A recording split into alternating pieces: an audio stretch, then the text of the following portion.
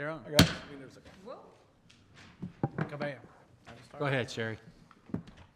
Council workshop meeting, Monday, May 1st, 2023, 6 p.m. Bear, Here. Briggs, Here. Coulter, Here. Hydrich, Holtmeyer, Here. Patke, Here. Reed, Wessels. Yeah. Please rise for pledge of allegiance.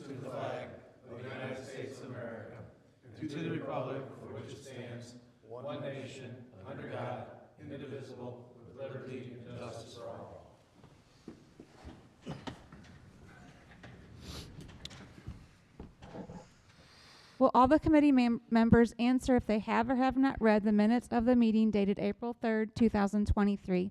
Bear, Yes. Briggs, Yes. Coulter, Yes. Holtmeyer, Yes. Patke, Yes. Wessels. Aye. Okay, I need a motion. Move to approve. Second.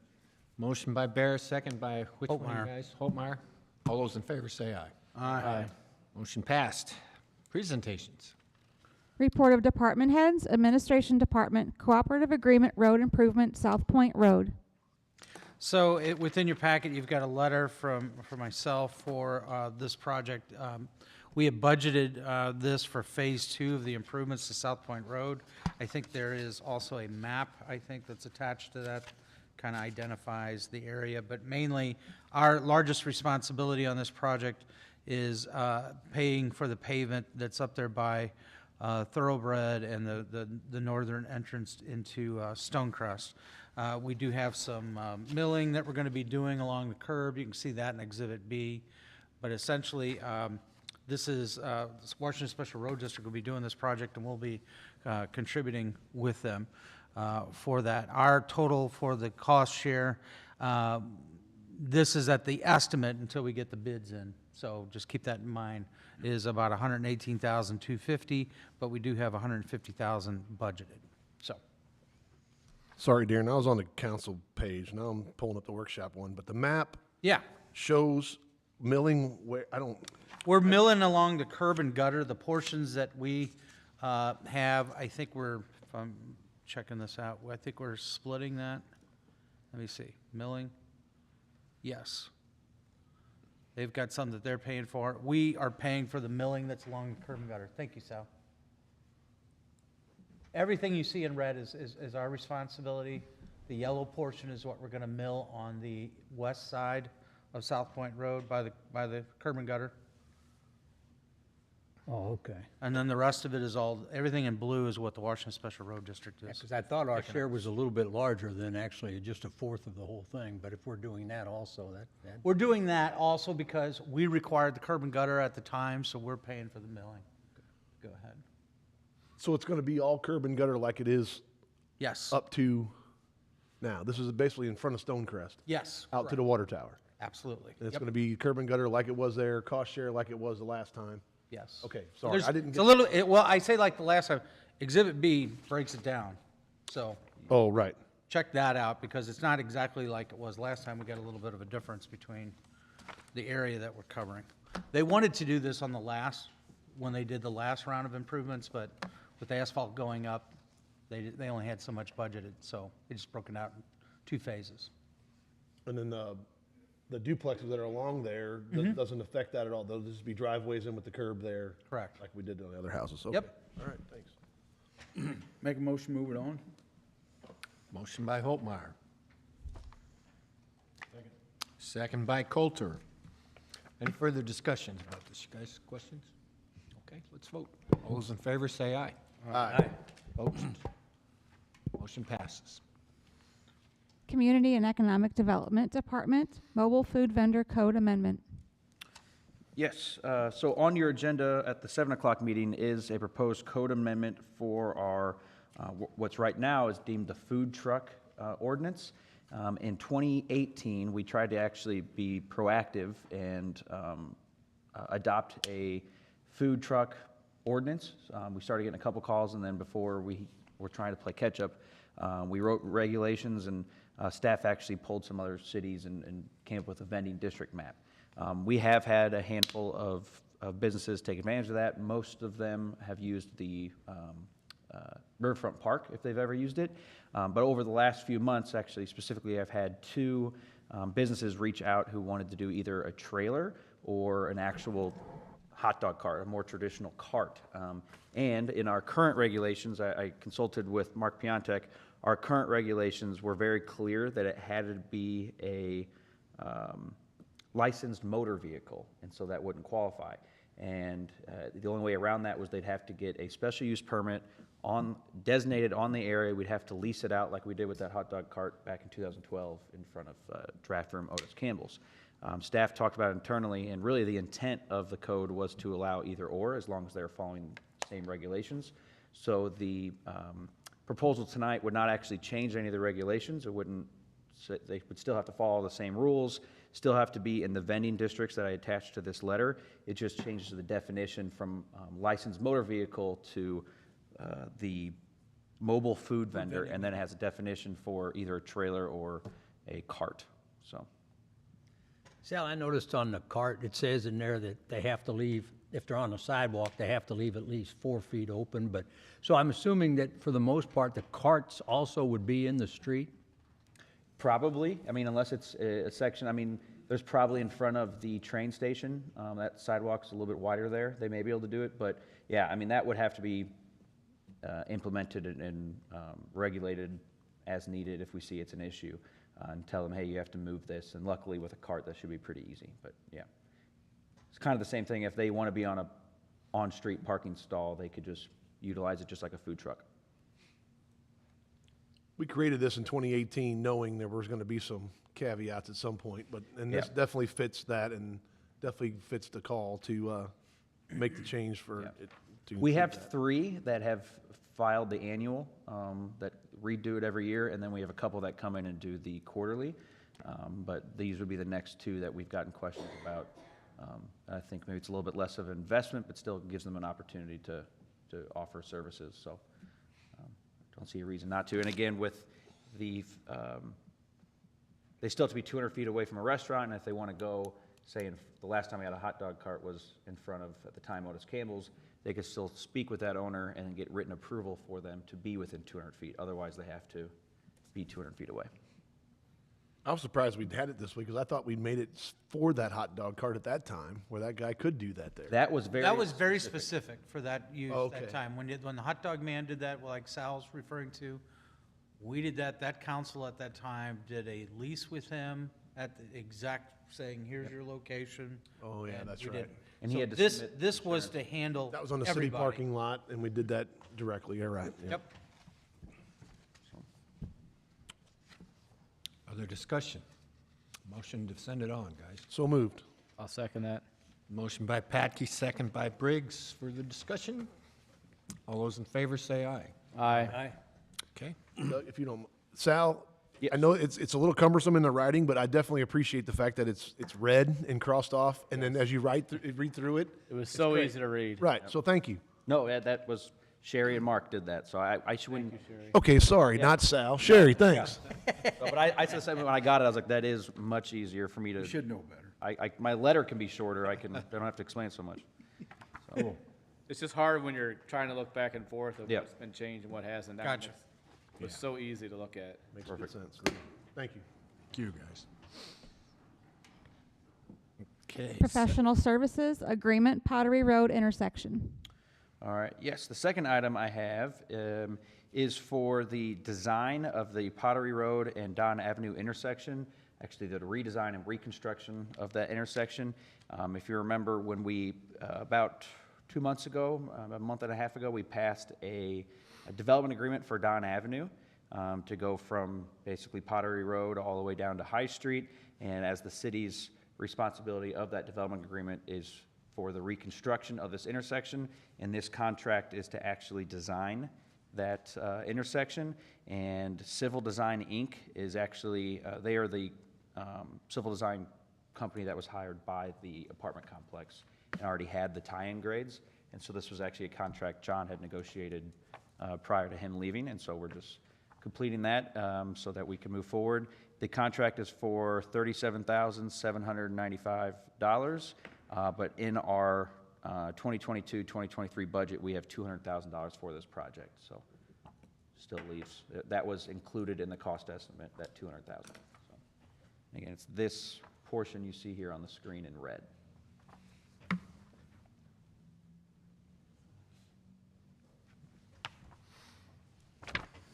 Questions, folks? Make a motion moving on. Second. Motion by Holtmeyer, second by Petke. All those in favor, say aye. Aye. Motion passes. Engineering Department struck off landfill in Oldenburg Industrial Park proposal. So what you have within your packet is a letter from Andrea. This is for soil. We're looking at sampling the soils out there in both the Oldenburg Industrial Park and out at the sanitary landfill. This would be so they could use that as cover for the potential with some of the soil that we'll be pulling out of Oldenburg Industrial Park. I wanted to make sure that it would be usable as allowable cover out at the industrial park, make it easier for us to go ahead in close proximity to it as well. We did need to go ahead and get that to go ahead and be tested. SCS is our consulting engineer out there at the out at the landfill, and so we met with them, negotiated this, and I believe this is budgeted within your as well. So Darrell, in the letter from them, they Yeah. talk about they're expecting the landfill to reach capacity in 26 or 27. For some reason, I thought it was, we were set for well beyond that. no, just for Nope. that phase is at the longest would be is 27. Now, there's a whole nother discussion that we would have if looking at rates, and I've asked them to go ahead and take a look at that lately because the rates in the other landfills, to my knowledge, have gone up substantially, so we're still low now again. And so we want to take a look at that. Andrea's going to give us an analysis of that. As you talked to me prior to the meeting or whatever, you're going to be on that solid waste committee. We did ask for that group to go ahead and meet next week, but there's two issues with that. One is the rates out at the recycling center for taking in the trees that they'll be looking at and bringing back a recommendation to you all, as well as those rates out there at the Well, landfill. what are our plans for 27, 28? Well, that's the goal of this is that cell will be filled at either, like I said, 26, 27, depending upon how we do the rates, and then switch it over to a transfer station, solid waste transfer station. So by that time, we'll have enough in the reserves that where we can go ahead and build the facility. As you'll remember, previous council was gonna go ahead and do that back when I first started in this position, and we had, but we didn't have any, we would have had to borrow the money. I mean, we would have taken out of the stormwater fund or something to go ahead and do that. And we decided, no, let's just go ahead and open, that council, we brought it to them, open up another cell, and then see how long that life of that. And if the idea was 26, 27, then we could switch it over to that solid waste transfer station. So you gotta raise a little bit over $2 million to probably go ahead and do that. Well, Darren, correct me if I'm wrong, we opened the last cell and we raised rates because we had zero money in the coffers to go for Correct. the transfer station. We have bought the land Yes, we've across got from the the 10 scale, acres. 10 Correct. acres there for that. That was the plan Yep, that we put in play. I don't even remember what year that was, but we were part probably of that. 2017, 2018. Knowing that it was gonna be that way. So shortly after, when Darren became and John came here, it was like one of those deals where, what are we gonna do? Right. In 6, 8, 10 years? So we bought the land for the transfer station, and then we extended the length of the length of the cell, or how much Yeah. on the on the And, last and, cell. and it's a balancing game. What we're gonna have to do when you approach that is that you can do it a couple of different ways. You can just either jack the price up, or at the very end, we could still just only take in our residential waste that we have in town. It's about 20% of what goes in the landfill is what gets generated out of the city. The rest of it are all other haulers from other towns, communities, et cetera, coming to us. So, but this contract alone is just to see if that dirt and all that stuff will be able to use for cover out there at the landfill. But we'll be getting you more information with regards to that because, as a matter of fact, Doug and I talked about the committee assignments. That solid waste committee asked me about that. They don't meet on a regular basis, but it's on an as-needed basis. And those are some of the decisions that we asked to bounce that off of that group before we bring it to you, the entire council. But rates are gonna be one of those things that you're gonna be looking at here in the next month or two, probably. Especially if we're really out of, and what I've heard, I think we are.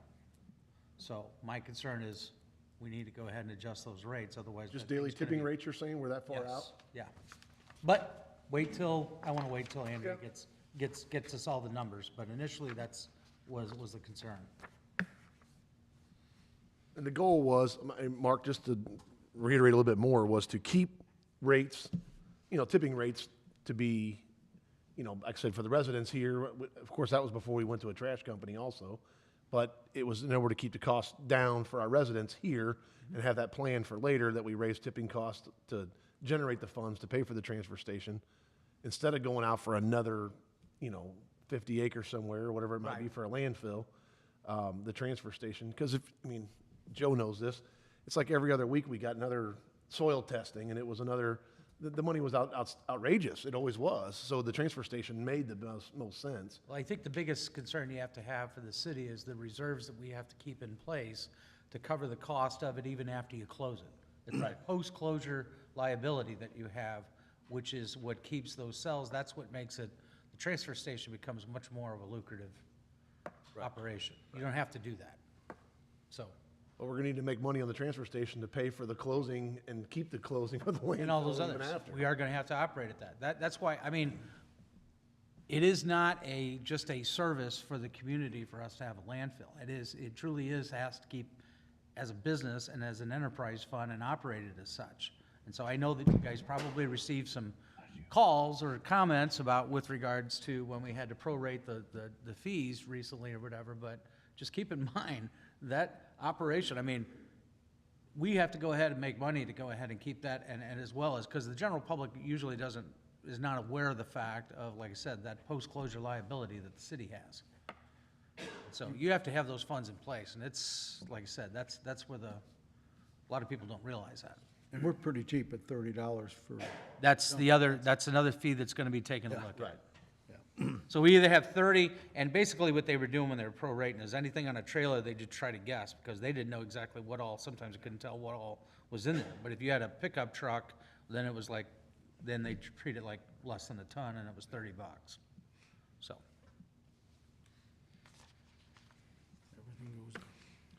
All right, Okay. Take a motion to send it on. so moved.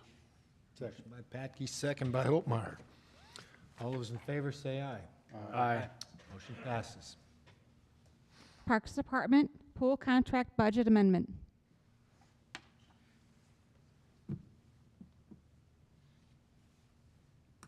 Evening, council. Yes, this is from either last meeting or April 3rd meeting. I put April 3rd. When council approved the amendment to the pool contract for the increase in lifeguards, in my haste to get it to you all, Darren and I had worked with Mark Piontek a lot on the verbiage and the documents for this, and then in my haste to get it into the council packet, I forgot about the budget ordinance to include that. So this is the ordinance for the budget, $39,300. makes the auditors happy. Yes.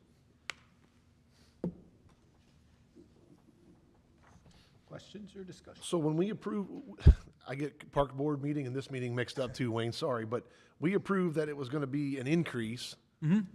And then this is on top of that increase. No, This is the this- increase. This is for the just- budget. That's what It's- Wayne- This just passes an ordinance to show that you did a budget amendment Yeah. for this increase. We said the contract was okay, now we're saying, oh yeah, we need to pay for that contract. Yeah, I forgot to you. include it with the contract.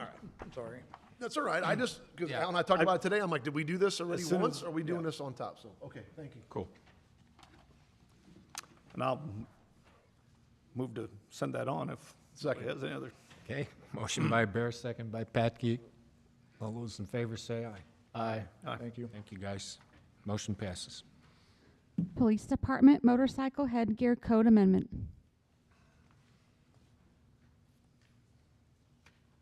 Steve, you're gonna go ahead? Anyway, I'm sorry. I was looking for my agenda. I wasn't paying attention. Essentially, from what I understand for this next item is, this is to go ahead and amend our code to more properly follow what the state regulations are for helmets? Correct. Correct. The state changed theirs, last year?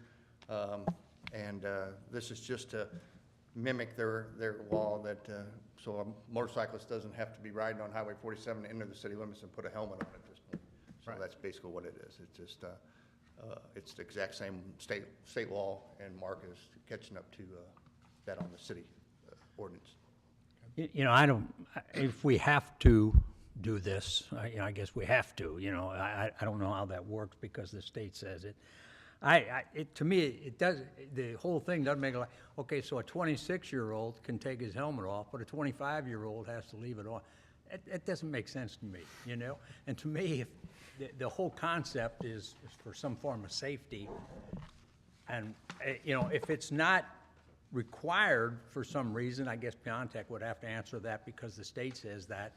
I'd just soon keep it the way it is here. Yeah. To me, it was a safety feature, and I don't understand throwing it out, And this type of law really is, then it would become an enforcement issue for us in a way. I think that's the bigger issue. Because John Q. Citizen is not going to know the city of Washington has a helmet law, because like some municipalities have a primary seatbelt law where if you see someone not wearing their seatbelt, you can pull them over. We don't have that. We mimic the state law, and we do a lot of mimicking on state laws in the police department, because if somebody's driving through the city and they're just driving through, how are they going to know unless you post some sign out there? And then you get into criminal intent, and did they intend to break the law, and it becomes a real mess. Our attorney will be here at the second meeting to ask those questions, by the way. Not to say that it has to be, or I think I agree with you, Mark. It is a safety issue, but I think for their standpoint, if someone drives through, we're city limit to city limit to Highway 100, and if they're driving in the middle, it's not helmet on, helmet off, no doubt. So, Well, not gonna have. I think it's, Right. For kids, I think it's important too. Right, and there is some, like I said, there's some age limits on that, on when they can and can't wear their helmet. It's not a kid that, and I haven't looked at the law lately, but I ride myself, and I wear my helmet regardless. As I told Darren today, this is my moneymaker, I can't do this. But again, each state is different, so I could be riding out west and be in Arizona and be fine, but I go into California or something, and then I have to have a helmet. So I don't know. Well, I mean, for kids to see, a kid seeing somebody going down the street, without his helmet, Well, we hand out the little coupons for free ice cream for kids wearing their Yeah. Those are great. Of course we do. and Maybe we we'll should. hand those out to motorcycles. All right, it's just me. My grandkids come seeking you guys out when they're wearing their helmets. We hand out a lot of them. Okay, further discussion? Take a motion. Moving on. second. Motion by Holtmeyer, second by Patke. All those in favor say aye. Aye. Motion passes. Street Department zero-turn mower purchase. Tony's got this one covered. Evening, council. We are technically just replacing one of our older zero-turn mower we have. We have a zero-turn and we have a walk-behind, and we budgeted to replace the walk-behind mower this year.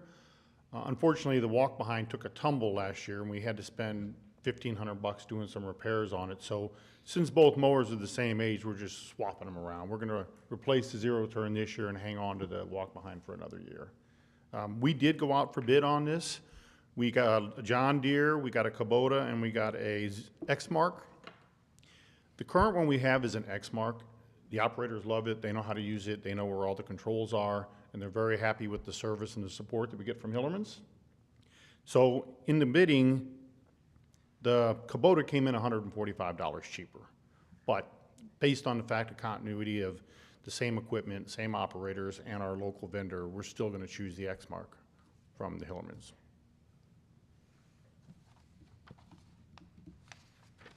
I think the X mark, just from my personal experience, the Kubota is a lot heavier and it doesn't stay on the hillsides as nearly as much or as easy also for operating purposes. So I'm definitely in favor of the X mark also, but. Yeah, and really, I'm sure both of them are very good pieces of equipment. They They've are. got the identical motor, I mean, so, Ford, Chevy, you know. Right. Okay. Accept the motion, please. I'll make that motion. Motion by Patke, second by Holtmeyer. All those in favor say aye. Aye.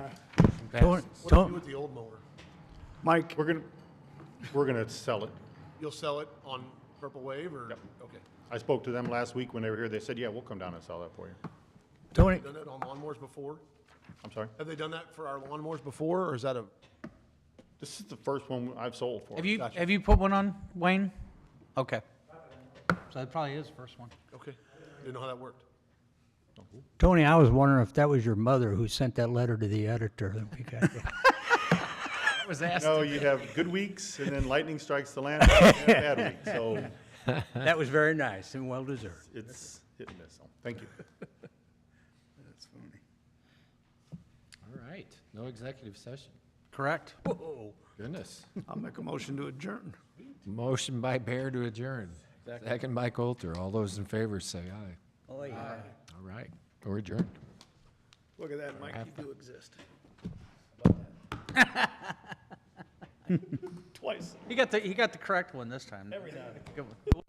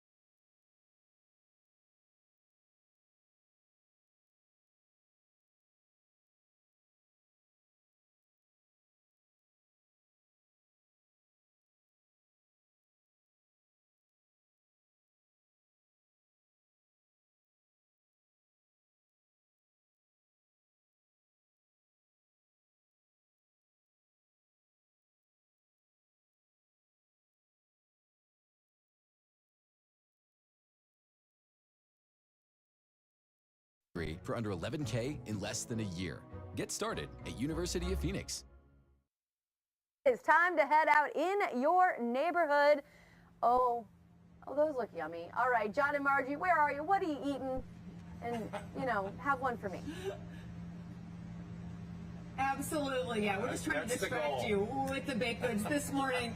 Yeah, we are live in Washington, Missouri at Underground's Espresso Bar. And Joey Connolly is the owner here, celebrating a year at this location this week. Congratulations. Thank you. We appreciate it. Now, you moved down here from another location where you were underground. We which were is where literally the name under comes the from. ground. Yeah. It was kind of a play on words.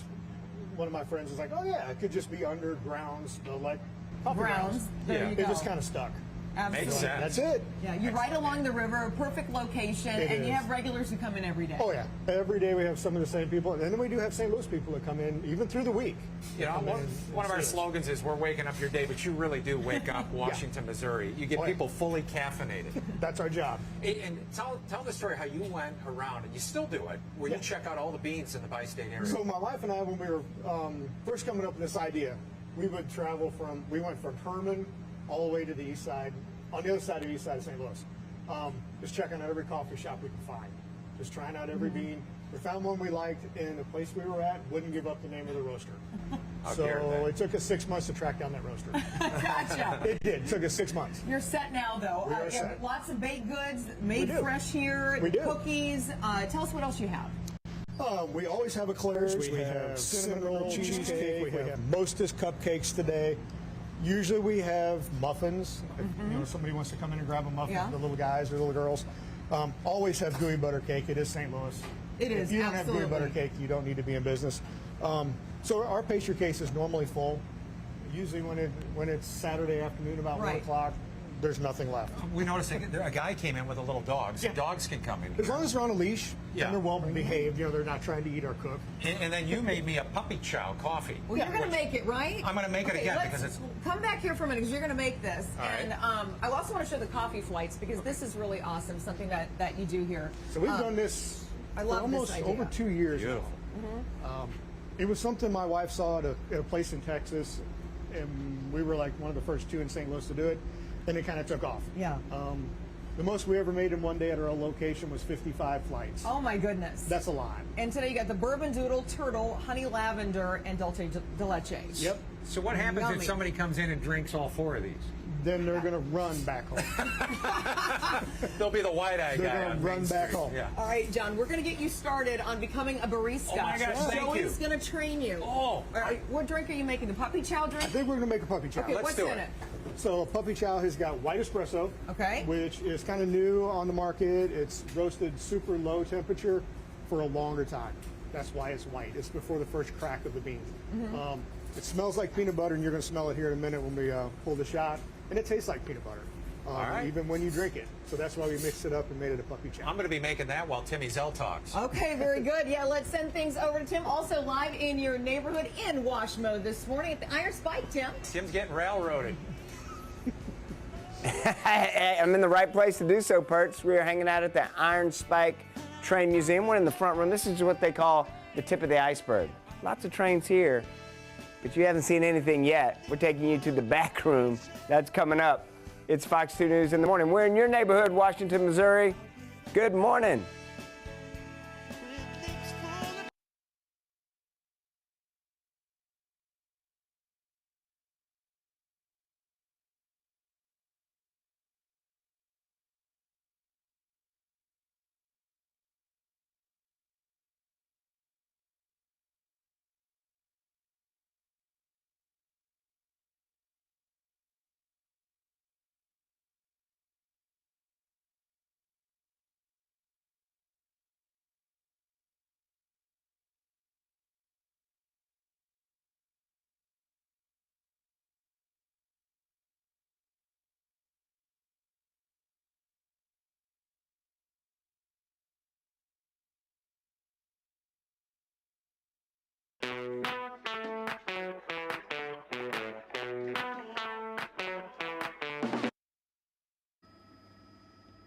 $7:17 on your Friday morning. We're going to switch things up a little bit.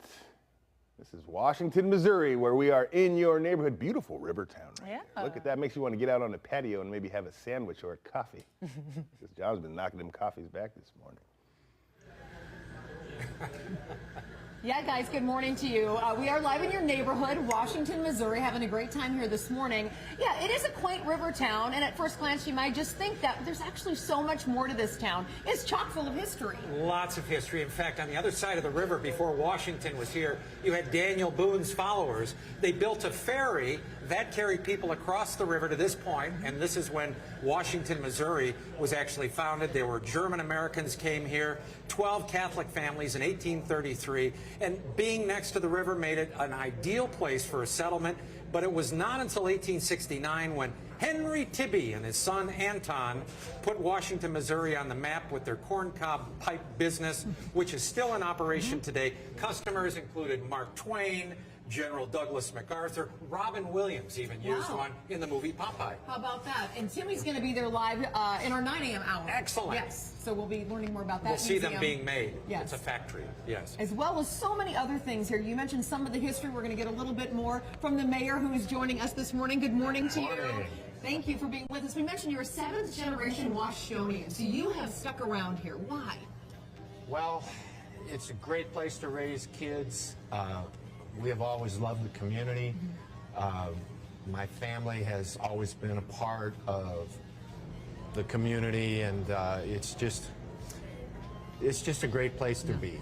Well, before Mayor Doug Haggerty was mayor, he was in the Air Force, and then you went to fly for Delta.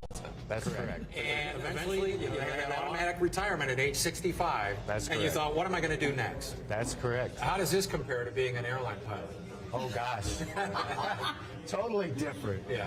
That was a great life, John, but... You're still the pilot in command, though. Well, yes, I am. There are a few similarities. Leadership styles are very similar. I have a hands-off approach with my staff and with the citizens. I like to take a let's come to consensus approach. Yeah, there you go. And let people do their jobs. And so that works here as mayor.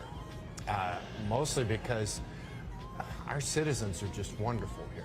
A lot of volunteers. And I know you were very, one of the things that you wanted to emphasize is the volunteers here in Washington. That's You correct. have a lot of festivals. We're going to be talking later about the Barbecue and Blues Fest and the big Washington Town and Country Fair. Yep. All volunteers. All of them. I mean, that's really phenomenal.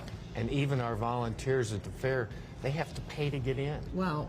Our fair board, their commitment to serve on the fair board when they decide to do so is 10 years. And it's not just a once a month thing. It's you're really involved when, especially after the summer starts, then the fair season actually begins. Right. Yeah. Well, you have a lot of manufacturing here, too. We And I do. know that's become something that you're pushing forward, as well as the population has grown, what, like 7% in the past 3 years?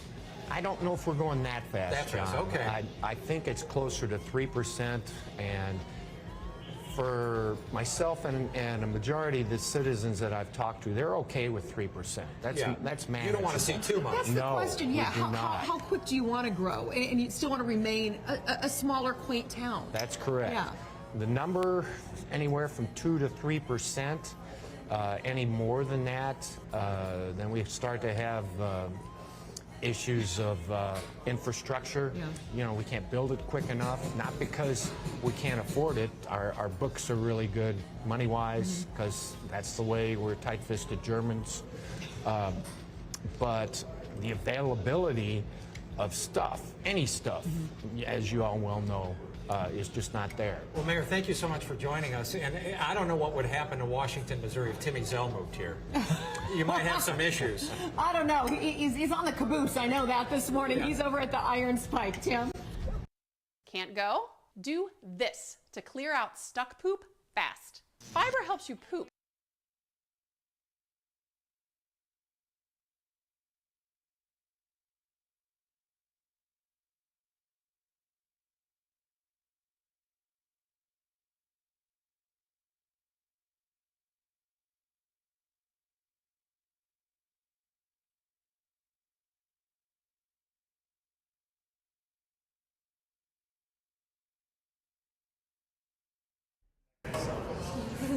Hey, welcome back to Fox 2 News at 9 a.m. We're ready for a little Axe Storm. We're at Axe Depot. We got Amanda and Jessica joining me this morning. And yeah, this is a hot new sport, man. A lot of activity. Lots of folks are looking to get in on this. Yeah, it's super fun. Yeah, it is. How long have y'all been here? This is going to be our 7th weekend. We opened on March 17th. Gotcha. And how's it been going? Great. We've had lots of parties. Last night we had CASA, Franklin County CASA, come in and have a private event. Every weekend we've been pretty full on Fridays and Saturdays for sure. I think we've had about 700 customers already. What's the reaction, Jessica, you get from people who do this for the first time? They're excited. I like that you did that. That's my kind. Excited. I like it. Well, I'm not here by accident. I'm ready to throw. So give me a little how-to. All right, so you step up to the red line. Okay. Grab our Axe Depot Okay. axe there, and you can do two-handed or one. So give it your best shot. All right. Here we go.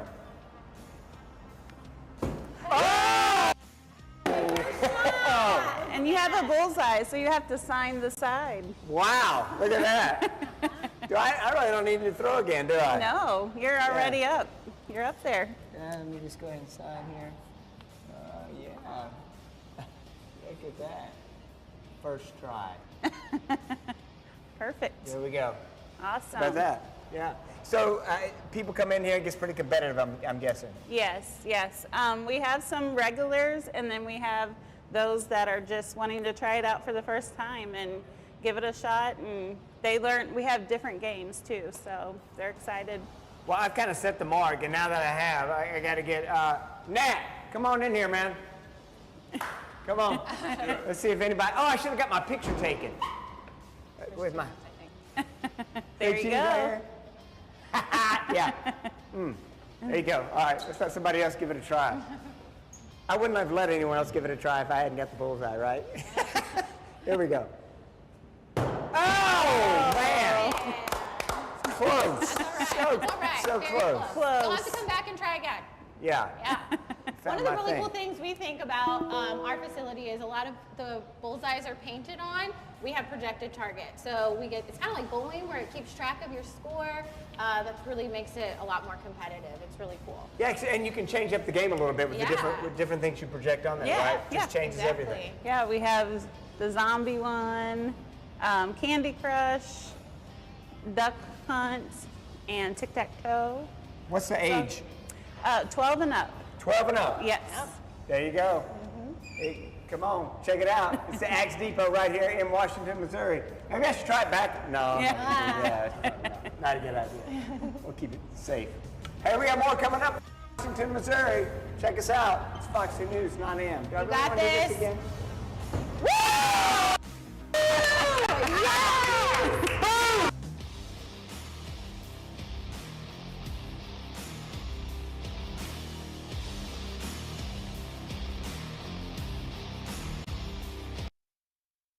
There's one.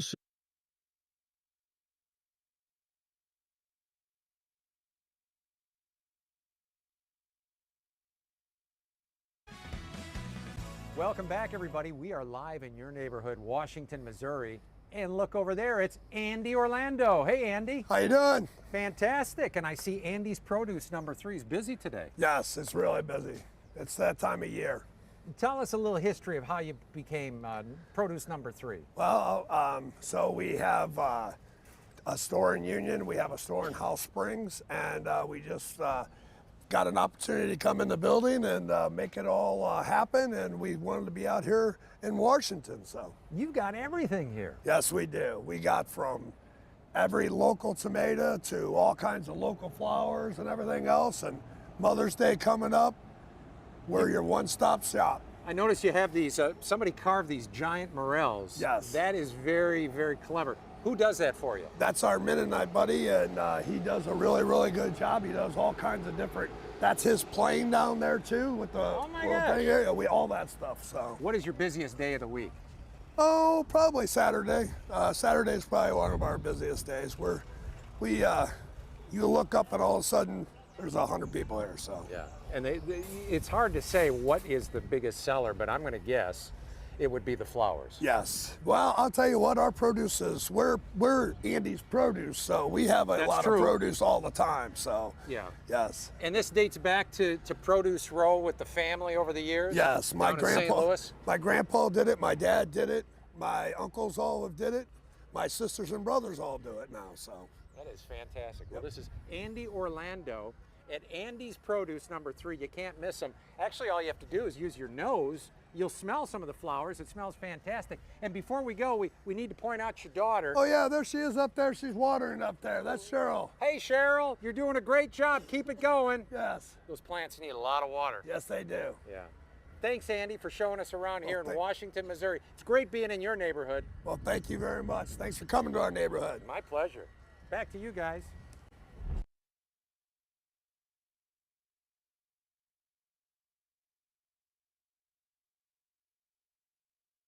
Fan of trains, Ty?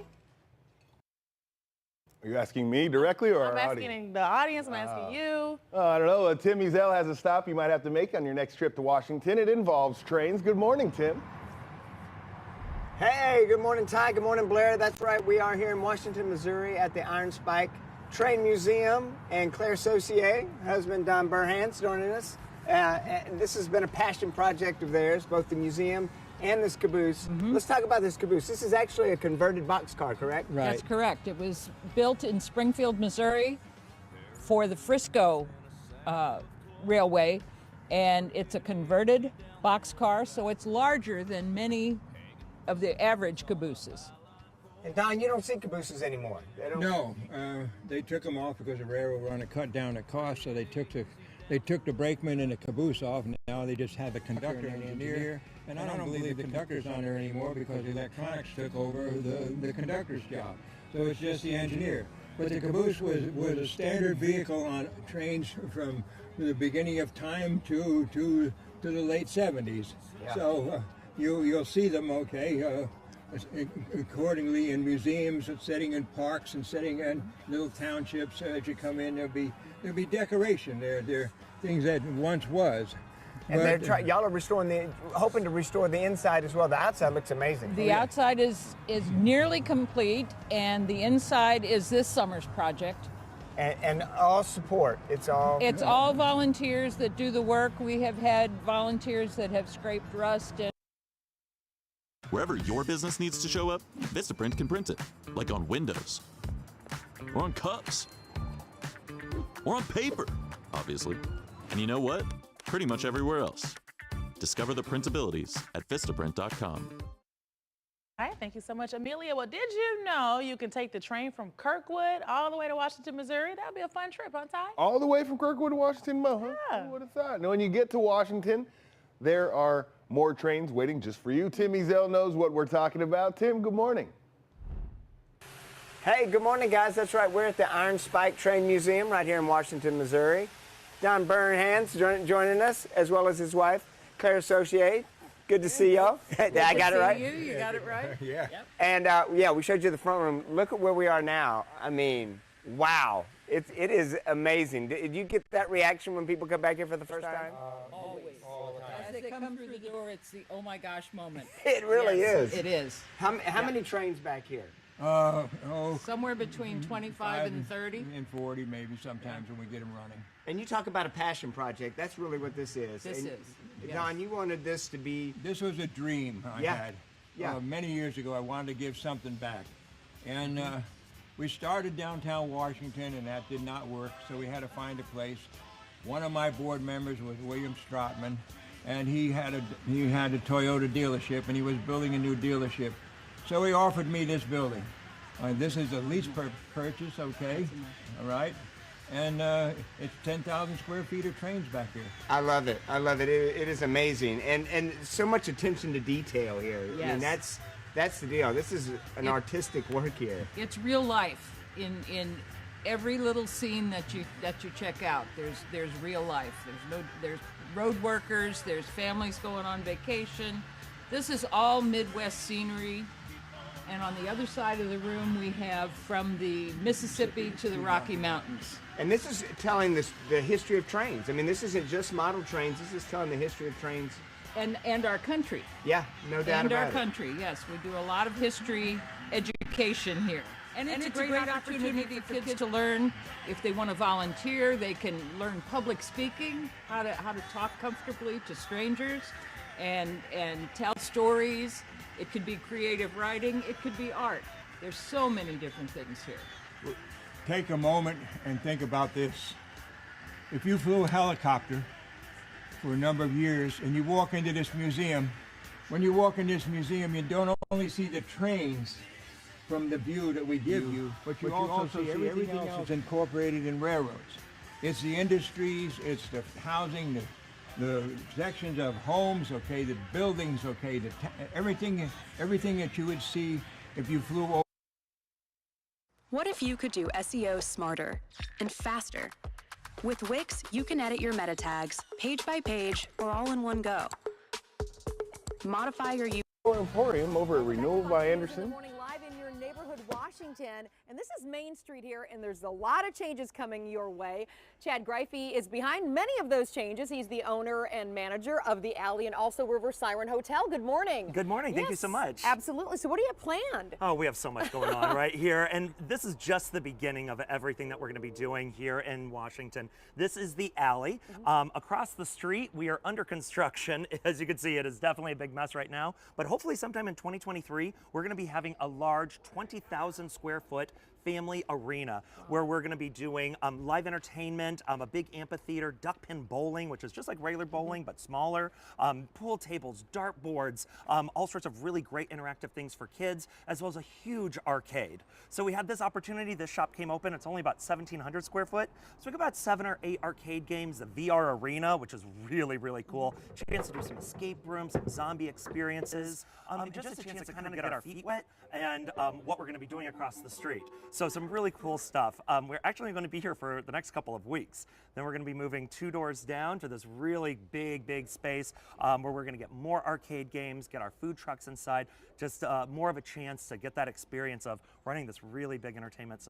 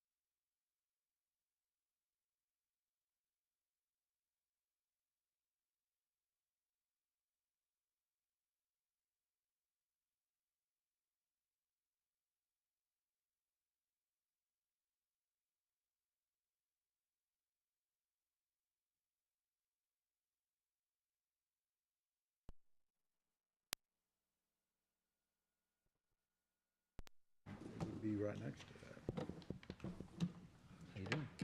Here's a little harder. Okay. So everybody ready? You want to get out of here? Okay.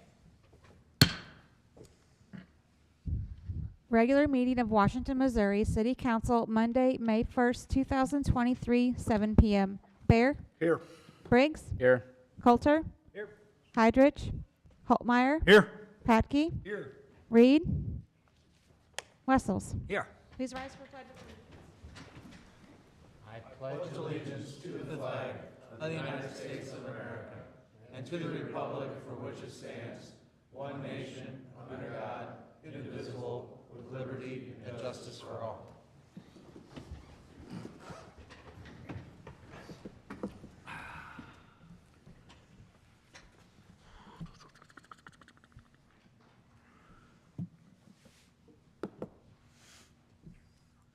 Will all council members answer if they have or have not read the meeting from April 17, 2023? Bear? Yes. Briggs? Yes. Coulter? Yes. Holtmeyer? Aye. Patke? Yes. Wessels? Aye. Need a motion, guys? So move. Second. Motion by Wessels, second by Holtmeyer to approve the minutes of the last meeting. All those in favor say aye. Aye. By your vote, that motion passes. Approval and adjustment of agenda, including consent agenda. You have the collector's treasurer's report summary for December 2022, investment report, December 2022, liquor license renewals, change order number 1, Highway 100 traffic study, final payment request, Caboose painting, final payment request, skate park renovation, phase 1, payment request, Rabbit Trail water line, and payment request for West 5th Street lift station. Just one question. Are we done painting the caboose? Is it? It's my understanding, yes. But Okay. All right. I didn't pay attention. it's finished. All right. Thank you. Other questions or discussion, guys, about the consent? I'll accept the motion. Motion to approve. Second. Motion by Patke, second by Bear. All those in favor say aye. Aye. By your vote, the consent agenda is approved.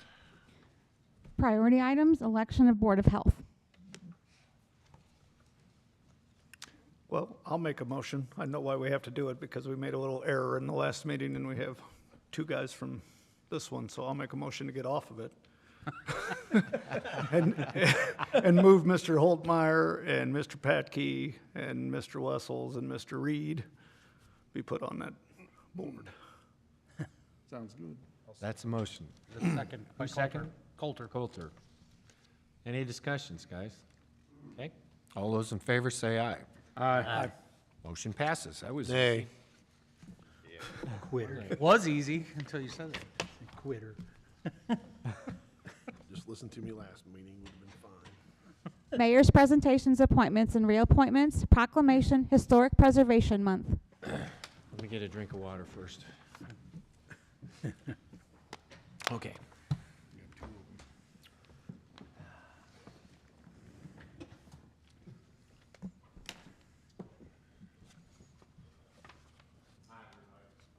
Three of them.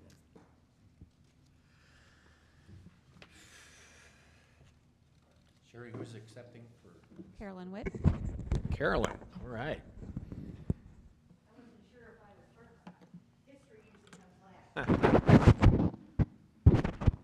Okay. I'm going to try and speak into the microphone tonight.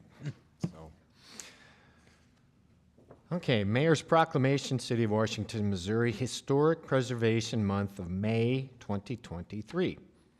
Lots of whereases here in each one of these. Whereas the National Trust for Historic Preservation establishes May as Historic Preservation Month in 1973 as a way to promote historic places for the purpose of instilling national and community pride, promoting heritage tourism, and showing the social and economic benefits of historic preservation. And whereas the historic houses and buildings of Washington help make our city unique and provide links with aspirations and attainment of the city's pioneers and their descendants, and strengthens the enduring bond between past and present. And whereas historic preservation is an effective tool for managing growth and sustainable development, revitalizing neighborhoods, fostering local pride, and maintaining community character while enhancing livability. And whereas historic preservation is relevant for communities across the nation, both urban and rural, and for Americans of all ages, all walks of life, and all ethnic backgrounds. And whereas it is important to celebrate the role of history in our lives and the contributions made by dedicated individuals in helping to preserve the tangible aspects of the heritage that has shaped us as a people. And whereas the theme for 2022, People Saving Places, is a national high five to everyone doing the great work of saving places in ways big and small, and inspiring others to do the same.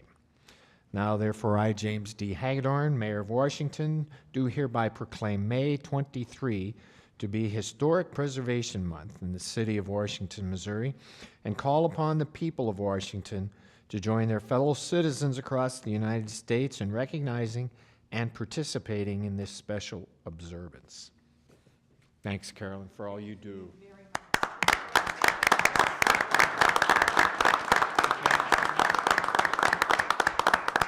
I just wanted to remind all of you that we're celebrating the 100 years of the building next door on Thursday at 10 o'clock in the morning, and we will have on view the time capsule. There wasn't anything obscene in there, so we're safe. Yeah. And then what we will put into the next time capsule, which will be easier to find at 100 years from now. We're going to leave notes. We'll forget. Yes, thank you. Carolyn, could you remind us how many buildings in Washington are on the historical registry? Oh, a lot. And I'm afraid I don't know the correct number, but we have various historic districts. We have the Stafford Olive streets, we have Locust Street, we have the Tibby Historic District, which is around the Tibby home on Elm. We are currently working, your Historic Preservation Commission has put in the time and effort. We're working towards having an international shoe factory. That'll be our newest historic district. And then the review district is larger than that. It covers the immediate downtown area that we review. We have mandatory review. If someone gets a building permit to change something on a building, and it goes to engineering, it automatically kicks it into our commission for us to review. If someone's wanting to put siding, paint brick, we try and steer them in a more happy direction. However, we do not have mandatory compliance except in the TIF district. Or publicly financed. Publicly financed, then we can be mean and say, don't do that. Thank you very much. Thanks, Carol. And thank you. Proclamation, National Day of Prayer. Okay. Hi, ladies. You look familiar. I don't remember your name. Jean Webb. Jean, nice to see you again. Good. Hi. Kim Oberberg. Kim, nice to see you. Okay, if you'll pardon me if my voice gives out. Whereas throughout the history of America, we have lifted up fervent prayers to God on behalf of our nation. From the first gatherings of our founding fathers, elected officials have prayed and entreated those who serve and represent to join them in prayer, including the authors of our Declaration of Independence. They wrote that the representatives of the United States of America in General Congress assembled appealing to the Supreme Judge of the Word and carried on to the present day in presidential proclamations such as last year's invitation to join him in asking for God's continued guidance, mercy, and protection. And whereas a National Day of Prayer has been part of our heritage since it was declared by the First Continental Congress in 1775, and a public law established in the United States Congress in 1952, approved by a joint resolution and later amended by Congress and President Reagan with Public Law 100-307 in 1988, affirming that it is essential for us as a nation to pray, and directs the President of the United States to set aside and proclaim the first Thursday of May annually as a National Day of Prayer. whereas in our state and across America, the observance of the National Day of Prayer will be held on Thursday, May 4th, 2023, with the theme, Pray Fervently in Righteousness and Avail Much. And whereas the first Thursday on the National Day of Prayer, we not only express our faith and exercise our freedom in prayer, but unite our hearts and voices in personal prayer and public gatherings throughout our city and across our America with fervent praise, repentance, love, and humble intercession for our neighbor and nation.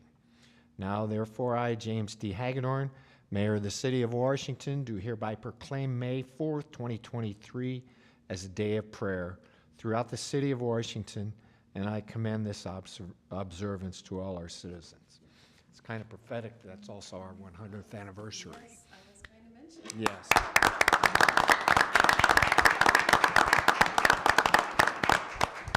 Well, I want to invite all of you, after you've done the observation over here at 10, you can come to the VFW, which is also a historic building, and participate in the National Day of Prayer, which will be at noon on that same Thursday at the VFW.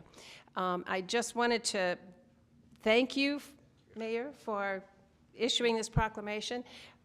We join with 1,500 other observances across our nation. And so this is a nationwide celebration of prayer and an observance of prayer. And as you mentioned, every president except for 3 have issued a National Day of Prayer, and those 3 died in office. I'm not going to say anything about that. But right. So I encourage you to attend. We would love to see you. And as I was thinking about this, I was reminded of something President Kennedy said: ask not what your country can do for you, but what you can do for your country. And this is something you can do for your nation. It doesn't cost anything, but just a little bit of time. And I think that if you have a busy schedule and you can only be at the gathering for just a few minutes, come anyway. It's very informal, and I don't think you'll be disappointed. Thank you. Thank you. Don't forget your proclamation. Oh, yeah. There you go. Thank you. Proclamation, National Police Week. Guys, when or all of you want to come up? All right, all right. I would like to say also that Darren and I and most of the other staff here in the city watched what happened on Friday and all the good work that you all did. So talk about prophetic. It's Police Week. So thank you. Mayor's Proclamation, City of Washington, Missouri. National Police Week, May 14th through the 20th, 2023. Whereas in 1962, President John F. Kennedy signed a proclamation which designated May 15th as Peace Officers Memorial Day and the week in which it falls as National Police Week. And whereas the members of the law enforcement agency of the City of Washington play an important role in safeguarding the rights and freedoms of the citizens of our community, and whereas it is important that all citizens know and understand the duties, responsibilities, hazards, and sacrifices of their police department, and that members of our department recognize their duty to serve the people by safeguarding life and property, by protecting them against violence and disorder, and by protecting the innocent against deception and the weak against oppression. And whereas the police department of the City of Washington has grown to be a modern and scientific law enforcement agency which unceasingly provides a vital public service. And whereas U.S. flags are to be flown at half-staff on Peace Officers Memorial Day, May 15th, in tribute to those peace officers that have made the ultimate sacrifice in the line of duty. Now, therefore, I, James D. Hagedorn, Mayor of the City of Washington, Missouri, call upon all citizens of Washington and upon all patriotic, civic, and educational organizations to observe the week of May 14th through the 20th as National Police Week with appropriate ceremonies and observances in which all our citizens may join in commemorating police officers in the past and present who, by their faithful and loyal devotion to their responsibilities have rendered a dedicated service to this community, and in doing so have established for themselves a desirable and enduring reputation for preserving the rights and security of all citizens. I further call upon all citizens of Washington, Missouri to observe May 15th, 2023 as Peace Officers Memorial Day in honor of those peace officers who, through their courageous deeds, have lost their lives or have become disabled in the performance of duty.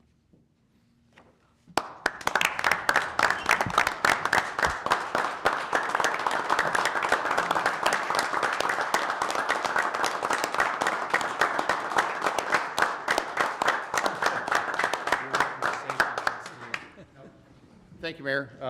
Again, I think every one of these guys up here will really appreciate the support that our department receives every day from the mayor, city administration, city council, and especially our citizens. I always tell the guys, if you go hungry over there, you're doing something wrong. So I really appreciate the proclamation, Mayor, and we'll keep up doing what we're doing. Thank you, guys. Thank you. Thank you, guys.